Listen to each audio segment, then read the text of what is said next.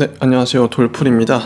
4부 근대 철학의 해체 니체 편을 계속 이어서 해보도록 하겠습니다. 지금 철학과 굴뚝청소부 이진경 선생님 책을 읽고 있고요. 234쪽 니체 계보학과 근대 철학입니다. 니체만큼 극단적인 평가들 사이에서 논란의 대상이 되고 있는 사람도 드물 것입니다. 니체 지지자들은 그의 사상이야말로 이제까지의 모든 철학적 사고와 단절하면서 새로운 사고 영역을 여는 위대한 사상이라고 합니다. 니체를 잘 모르긴 해도 좋아하는 사람들은 그의 신랄하며 시적인 경고들에서 새로운 사상의 징후를 느끼고 찬탄합니다. 반면에 극단적인 니체 비판가들은 반동적이고 파쇼적인 사상의 원촌이요 집약이라는 지독한 비난을 퍼붓습니다. 니체를 잘 모르긴 해도 좋아하지 않는 사람들은 공격적인 문구들이 만들어내는 초인의 사상에서 파시즘의 심증을 굳히곤 합니다. 그렇다면 이진경 선생님은 정말 중요한 것은 니체의 독특한 사상이 대체 무엇을 새롭게 제기하고 어떤 사고의 대지를 개척하고 있는지를 이해하는 것입니다. 저는 이런 점에서 예언자의 모습도 악마적 파시스트의 모습도 아닌 철학자로서의 모습을 니체에게서 발견해야 한다고 생각합니다. 저도 그렇게 생각합니다. 네. 니체가 말하는 계보학을 비판 철학의 한 형태로 이해하는 것입니다.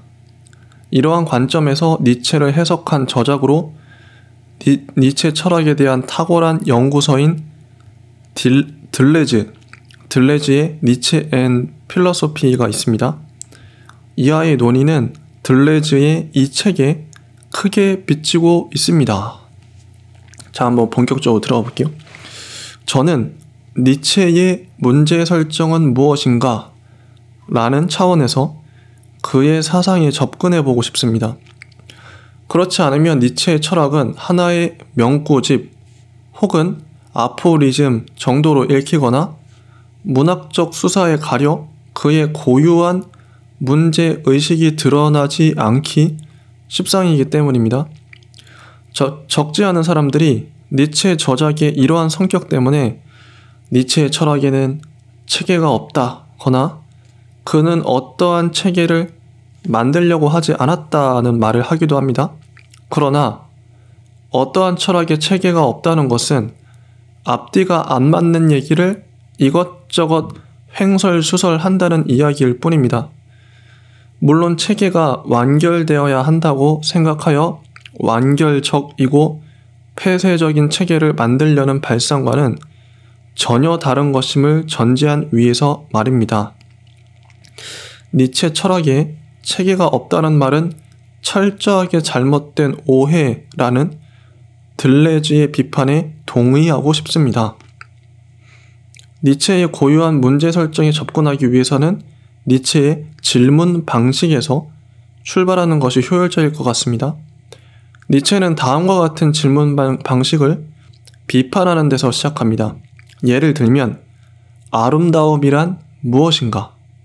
라는 식의 질문이 그것입니다. 그에 대해 누군가가 아름다움이란 무엇인가에 대해서 답을 하는 거죠. 이른 봄, 거리를 화려하게 수놓는 벚꽃이나 저녁에 곱게 지는 노을, 늘씬하게 빠진 젊은 여인의 몸매가 아름답습니다. 라고 대답했다 칩시다. 만약 플라톤이나 소크라테스라면 이렇게 대꾸할 것입니다. 그것은 아름다운 것이네. 그런데 그것을 모두 아름답다고 한다면 거기에 공통된 아름다움이라는 것이 있어야 하지 않겠나? 바로 그게 무엇냐는 걸세. 이는 아름다움의 본질이 무엇이냐는 질문이죠. 요컨대 꽃이나 노을, 몸매 같은 것들은 가상이고 그 근저에는 그것을 아름답게 만드는 본질이 있다는 거죠. 이러한 질문 방식은 플라톤 이래 서양 철학 전체의 주된 흐름이 되어왔던 질문 방식이며 흔히 서구 형이상학의 뿌리로 간주되는 질문이기도 합니다. 실제 그렇죠? 본질이 뭐냐? 아름다움이게 만드는 본질이 뭐냐? 사랑의 본질이 뭐냐? 정의란 무엇인가? 우정이란 무엇인가? 국가란 무엇인가? 본질을 자꾸 캐묻는 거죠. 니체는 이러한 질문을 바꿔버려요. 아름다움이란 무엇인가? 라고 묻는 게 아니라 어떤 것이 아름다운가?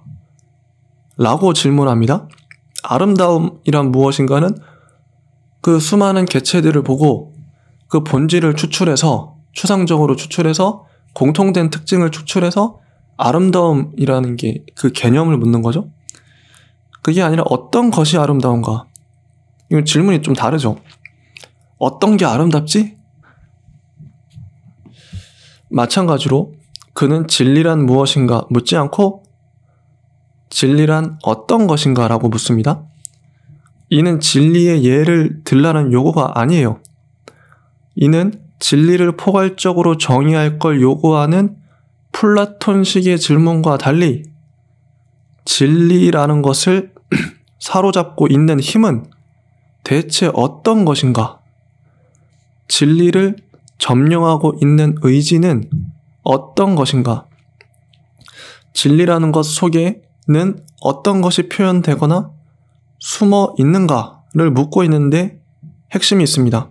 정말 중요한 지점이라고 봐요. 진리라고 안 해도 만약에 사랑, 어쨌든 개념이니까 사랑이라고 바꿔서 한번 얘기해 볼게요. 플라톤이었다면 사랑이란 무엇인가 물었겠죠. 하지만 니체는 사랑이라는 것을 사로잡고 있는 힘은 대체 어떤 것인가? 사랑을 점령하고 있는 의지는 어떤 것인가? 사랑이라는 것 속에는 어떤 것이 표현되거나 숨어 있는가를 묻고 있는 거죠. 대단한 질문 자체가 달라지니까 관점 자체가 확 달라졌죠. 그래서 의미를 발견한다는 건 주어진 대상을 점령하고 있는 힘을 아는 것입니다. 어떤 것이든 지배적인 힘과 피지배적인 힘이 결합되어 있습니다. 어떤 힘이 지배적인 것인가 아닌가를 구별해 주는 것이 의지라고 합니다. 거꾸로 이러한 의지는 힘들 간의 관계에 의해서 정의되는 셈이지요. 이런 의미에서 이 의지가 힘들 간의 관계를 만들어내는 것이라고 할 수 있습니다. 그래서 니체는 이 의지를 권력의 의지라고 합니다. 줄여서 권력의지라고 할 수 있겠죠. 힘, 의지, 권력의지 요 정도만 기억하시면 돼요. 모든 걸 다 이해할 수는 없습니다. 그냥 느낌만 받아들이세요. 저도 이해가 완벽하게 안 됩니다. 근데 여기 드는 사례들을 보면 아실 수 있어요. 읽다 보면 이해가 됩니다. 계속 가볼게요. 일일이 설명할 필요는 없는 것 같아요. 이걸 설명하기 시작하면은 오해하고 또 잘못 설명할 수 있을 것 같아서 이걸 설명하는 것 자체가 좀 무의미하게 보여서 중요한 거 위주로만 설명을 하겠습니다. 그냥 느낌상 받아들이고 넘어가시면 됩니다. 힘에는 능동적인 힘, 액티브한 힘, 반동적인 힘, 리액티브한 힘이 있다고 합니다. 여기서 반동적이라는 것은 진보에 반대되는 반동이라는 뜻이 아니라 액티브에 대한 반대를 말한대요. 즉 액티브란 작용적인 힘이란 뜻이고 리액티브란 반작용적인 힘이란 뜻이라고 해요. 후자, 그러니까 리액티브, 반작용적인 힘은 자기에게 가해지는 어떤 힘에 대해 반응하여 반작용하는 힘을 말합니다. 다른 한편 의지에는 긍정적인 의지와 부정적인 의지가 있다고 합니다. 작용적인 힘에 대응하는 것이 긍정적인 의지고 반작용적인 힘에 대응하는 것이 부정적 의지이죠. 대상 속에서 작동하고 있는 의지를 인식하는 것이 바로 가치를 아는 것이죠. 여기에서 긍정적인 의지와 부정적인 의지의 관계를 파악하는 것이 바로 니체가 말하는 가치평가입니다. 뭐 이런 게 있다고만 알아두시면 돼요. 힘, 의지, 이제 그런 사례들은 뒤에 또 나오니까요. 요컨대 니체는 철학에 의미와 가치를 새로이 도입하고 있으며 이와 더불어 힘, 의지란 개념을 도입하고 있는 거죠. 그리고 그는 이러한 의미나 가치를 파악하는 새로운 사고 방식을 도입합니다. 그것은 개념이나 사물들을 의지의 징후로 보는 것이고 어떤 사물이나 개념을 권력 의지에 연루시키는 것입니다. 이게 좀 어렵게 들리고 마냥 추상적으로 들리는 이유가 개념들로만 나열해서 그런데 이제 예가 나와요. 예시를 보면 확 와닿습니다. 예시가 중요해요. 그래서 제가 개념을 일일이 설명하지 않고 넘어온 거예요. 예를 들면 누구나 이게 할 수 있습니다. 239쪽.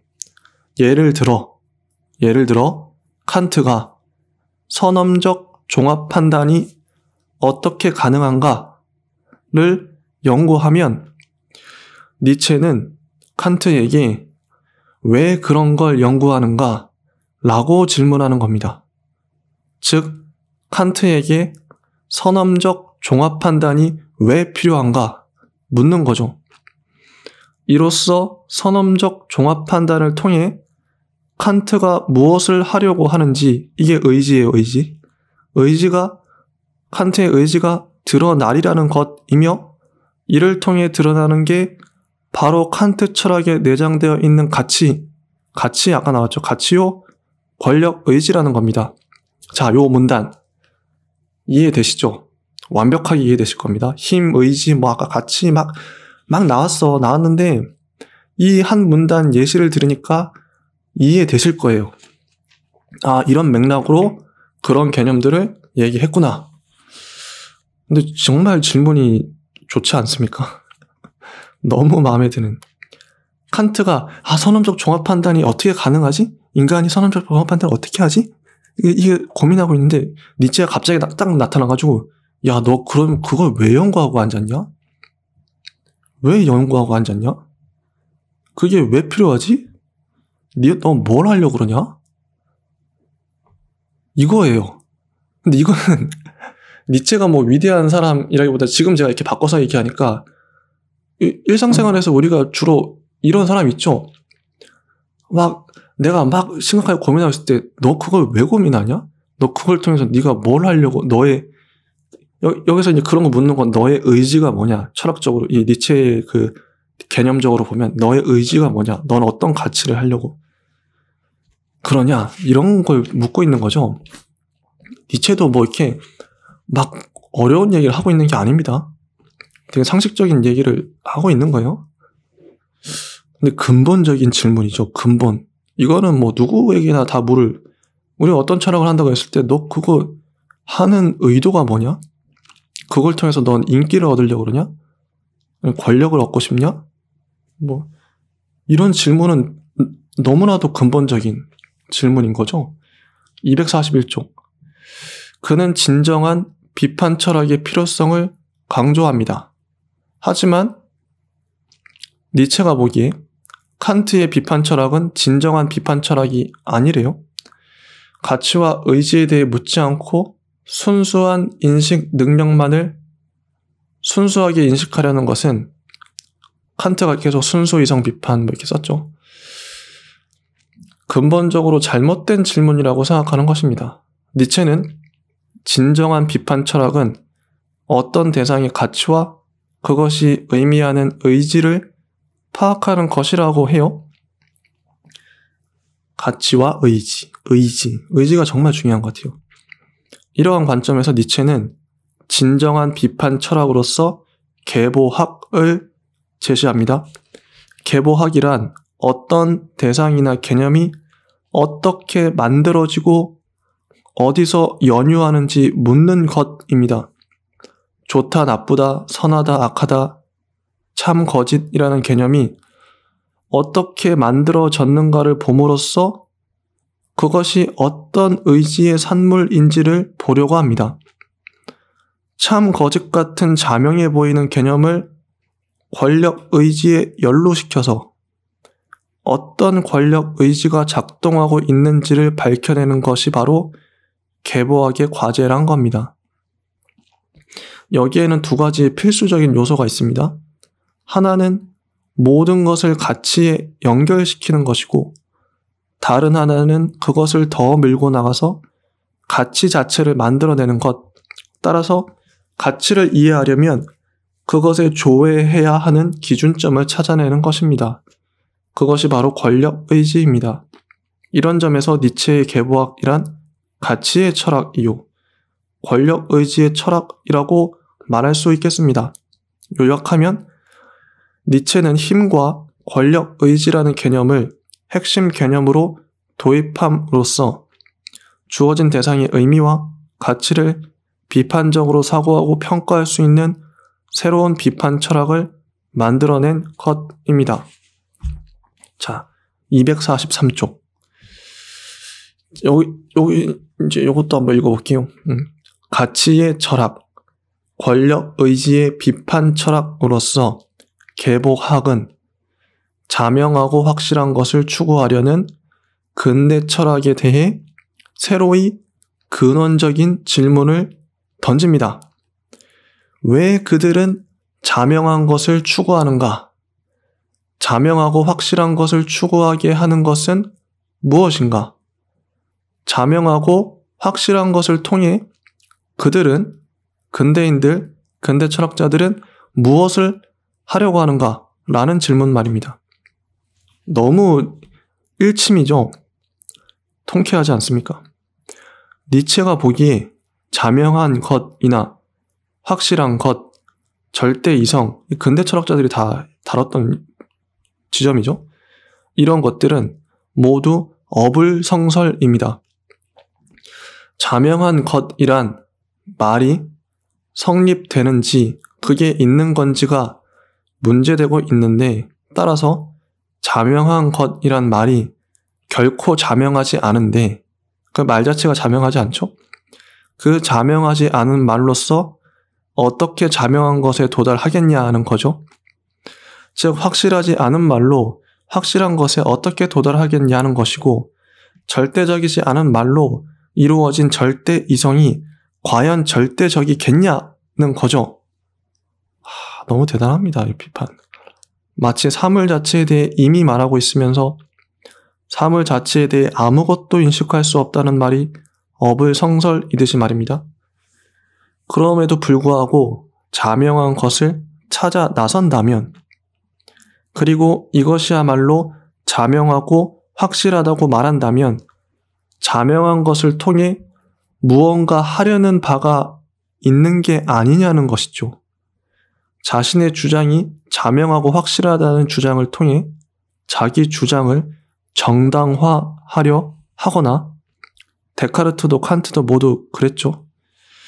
당신 주장은 자명하지 않기 때문에 잘못된 것이고 아무 소용도 없다고 거부하고 반박하려 하는 거겠죠. 혹은 자명한 것을 추구하는 게 아니라면 어떤 사상도, 어떤 지식도 받아들이지 못하게 하려는 효과를 가질 겁니다.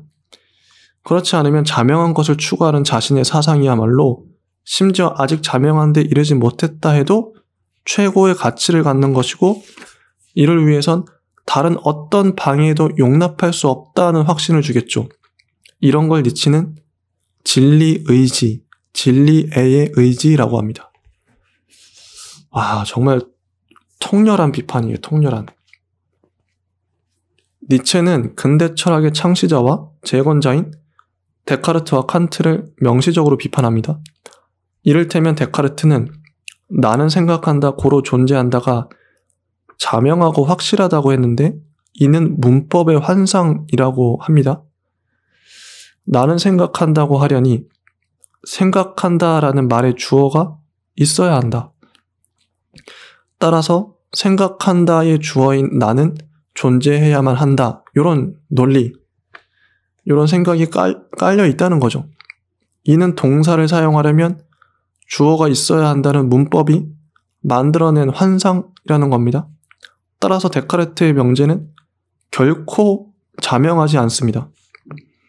오히려 니체는 생각이라는 것은 내가 원해서 나오는 것이 아니라 그 무엇이 원해서 나오는 것이라고 하죠. 여기서 그 무엇이란 당연히 권력 의지겠죠. 이러한 관점에서 니체는 이제까지 정당성이 보증된 어떠한 철학자도 없다고 합니다. 자명한 확실성은 처음부터 없는 것이고 모든 것은 애초에 의지가 작동하는 가치만을 갖는다고 말합니다. 권력 의지. 내가 권력을 갖고 있다. 권력을 갖겠다. 이런 의지인 거죠. 그러므로 자명한 것을 추구하려는 근대 철학의 문제 설정 자체는 애시당초 잘못된 것이며 어불성설이라는 결론이 나오는 셈입니다. 그 출발점이 되었던 나란 주체는 문법의 환상에 불과하며 반대로 내가 하는 생각이란 권력 의지의 산물이라고 합니다. 한편 니체는 의식되지 않는 무의식적이고 능동적인 힘이 있는데 이것이 바로 자아를 구성한다고 합니다. 근대적인 주체 개념은 더 이상 자명하지 않으며 또한 출발점이 아니라 권력 의지가 구성해내는 결과물이다. 다른 한편 자명하고 확실한 것에 대해 퍼붓는 니체의 공격에는 진리라는 목적지에 대한 근본적인 의문이 포함되어 있대요. 데카르트 일의 진리란 자명하고 확실한 것이었어요. 진리하면 그런 것이었죠. 그런데 자명한 주체뿐만 아니라 자명한 판단, 자명한 지식조차도 불가능하다면 대체 진리란 게 어떻게 있을 수 있겠습니까? 여기서도 니체는 다른 방식으로 질문을 던집니다. 계보학적인 방법으로 질문을 던지는 거죠. 예컨대 어째서 진리가 필요한가? 어째서 진리를 가지려 하는가? 라고 묻는 거예요. 너는 왜 진리가 필요하냐? 왜 진리를 가지려 하냐? 묻는 거죠. 당사자인데, 철학자인데, 왜 지식은 꼭 진리여야 하지? 이 묻는 겁니다. 정말 근본적인 질문이네요. 이거는 득도한 어떤 그 내공이 상당한 스님의 말 같기도 하고, 그죠? 진리의 의미와 가치에 대해 근본적인 의문을 제기하는 것이죠. 이런 물음에 대해 니체는 진리는 없고 진리 의지만이 있다. 다시 진리는 없고 진리 의지만이 있다고 말합니다. 진리를 욕망하게 하고 진리를 추구하게 하는 의지가 바로 진리 의지인 거죠. 진리는 없어요. 진리 의지만이 있어요. 누구나 진리를 의지하는 마음. 더불어 니체는 이러한 진리 의지가 어떤 과공할 효과를 야기할 것인지도 분석합니다. 한마디로 말하면 유혹이죠. 유혹.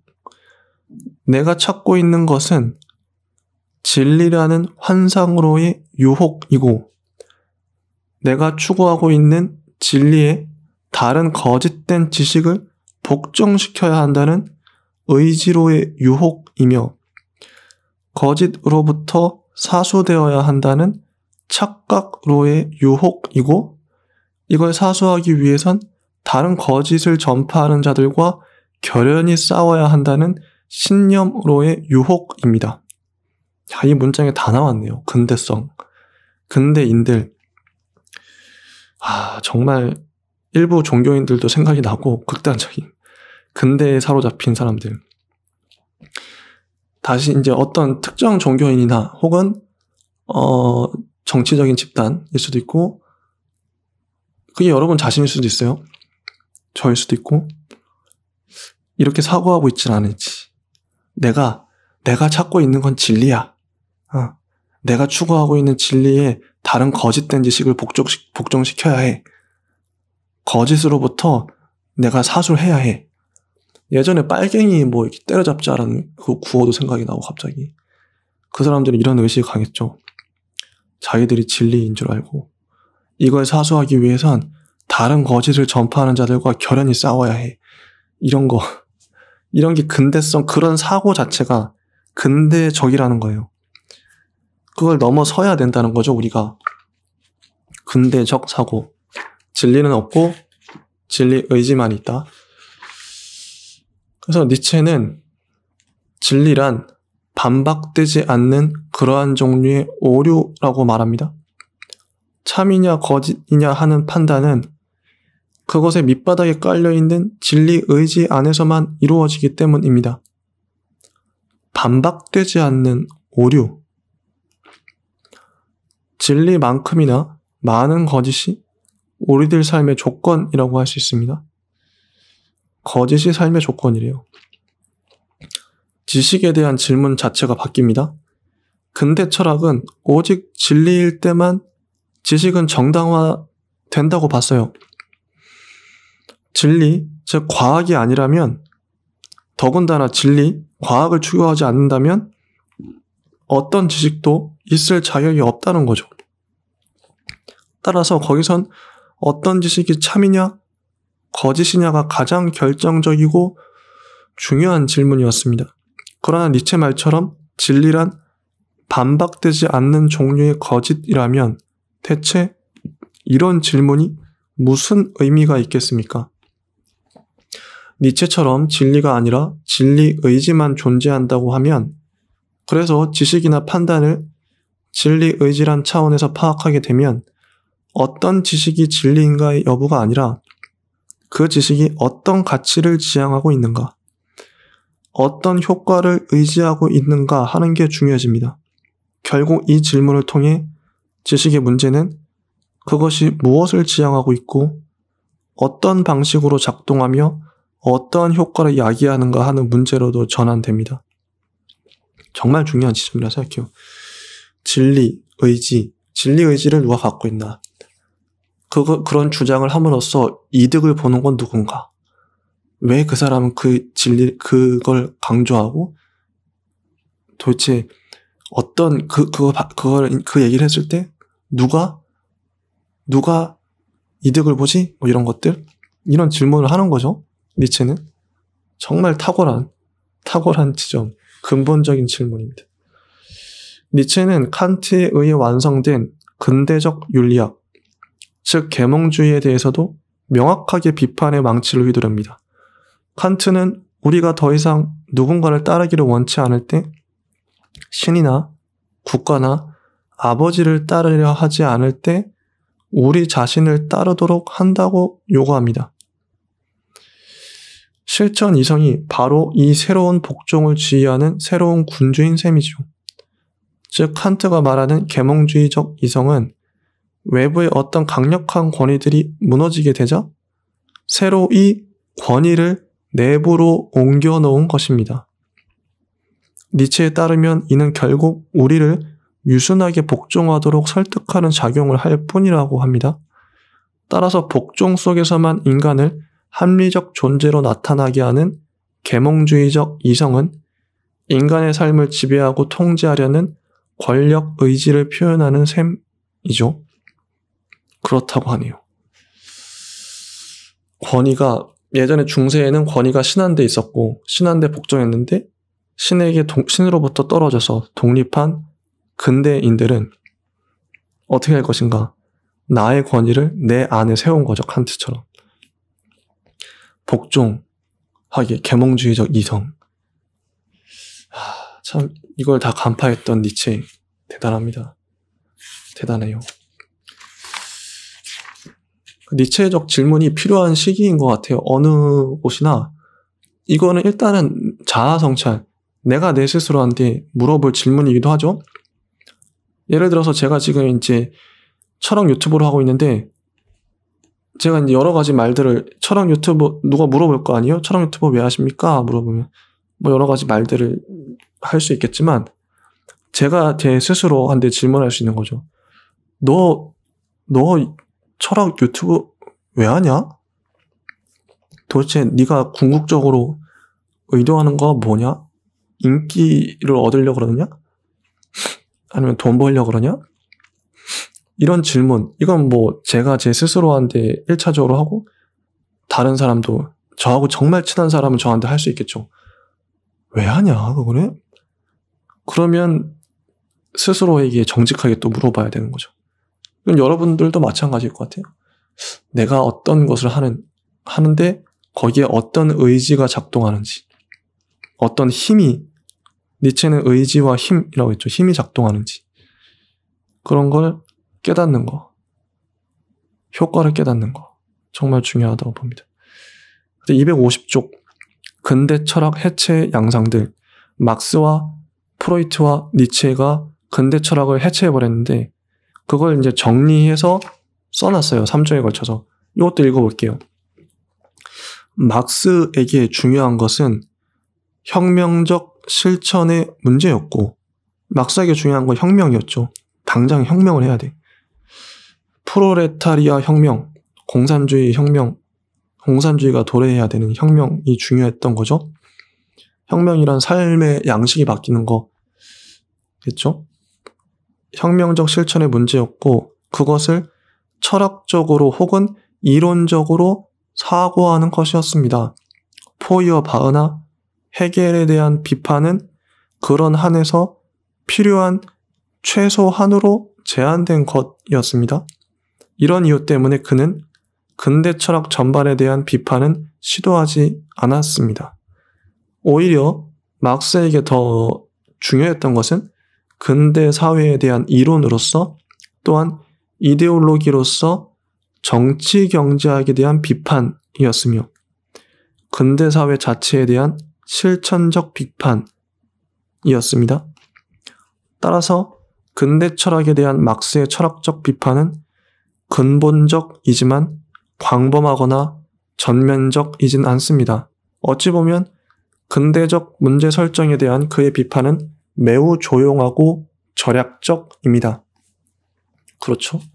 그 다음에 프로이트의 비판 역시 근대 철학에 대한 비판은 전혀 의식하지 않은 것이었습니다. 그는 단지 성실하고 탁월한 정신과 의사로서 자신의 작업에 충실했던 것이죠. 다만 프로이트가 던진 돌멩이가 바로 근대 철학의 머리에 떨어졌을 뿐인 것이죠. 그는 철학의 영역에서 자기가 해체한 게 무엇인지조차 잘 모르고 있었습니다. 반면 니체의 비판은 극히 명시적일 뿐 아니라 매우 공격적입니다. 니체가 겨냥하고 있는 목표는 바로 근대 철학 전체, 아니 좀 더 확대해서 말한다면 소크라테스 일에 나타난 서양 철학 전체를 비판했대요. 따라서 그는 이 타깃을 향해 강력한 포탄을 화려하고 요란스럽게 쏘아댑니다.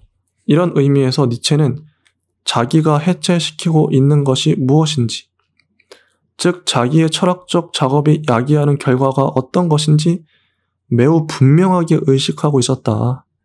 물론 그는 그것이 근대 철학 비판이라기보다는 소크라테스 일의 서양 철학 전반에 대한 비판이라고 생각했지만 말입니다. 바로 이런 점에서 근대의 경계를 넘어서려는 많은 탈근대적 철학자들에게 니체는 가장 유용하고도 훌륭한 벗이 될 수 있었던 것 같습니다.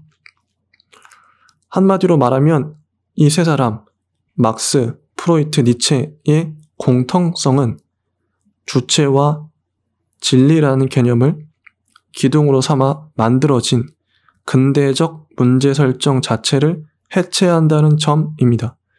정도의 차이가 적지 않지만 거기 내재된 근대적 사고방식으로서의 주체 철학과 과학주의, 계몽주의에 대한 비판과 거부 역시 이들의 공통성이라고 말할 수 있습니다.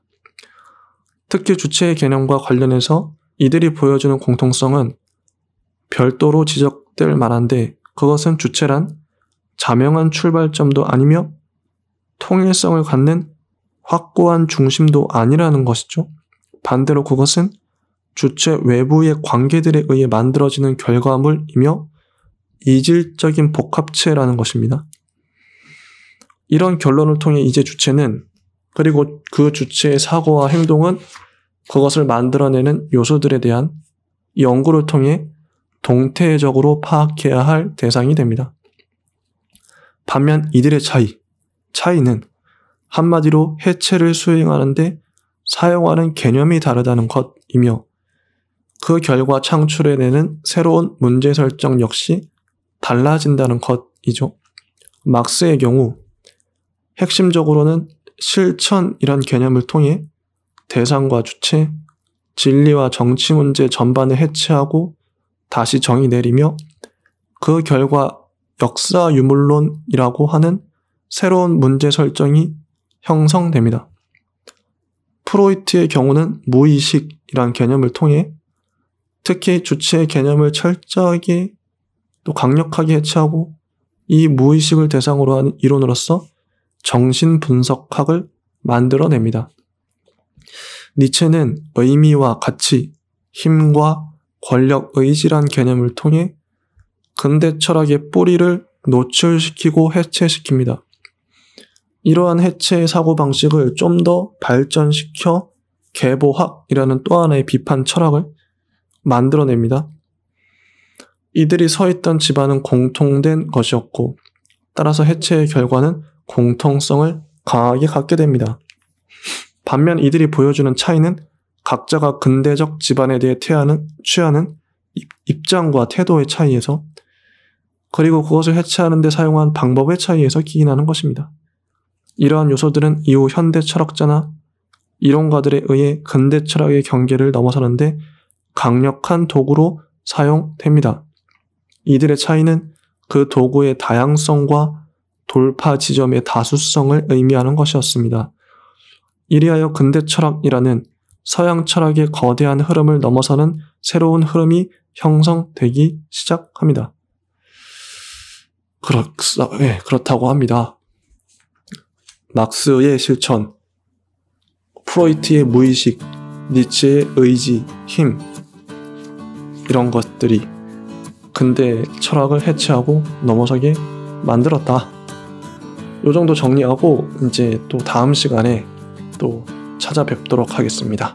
예, 감사합니다.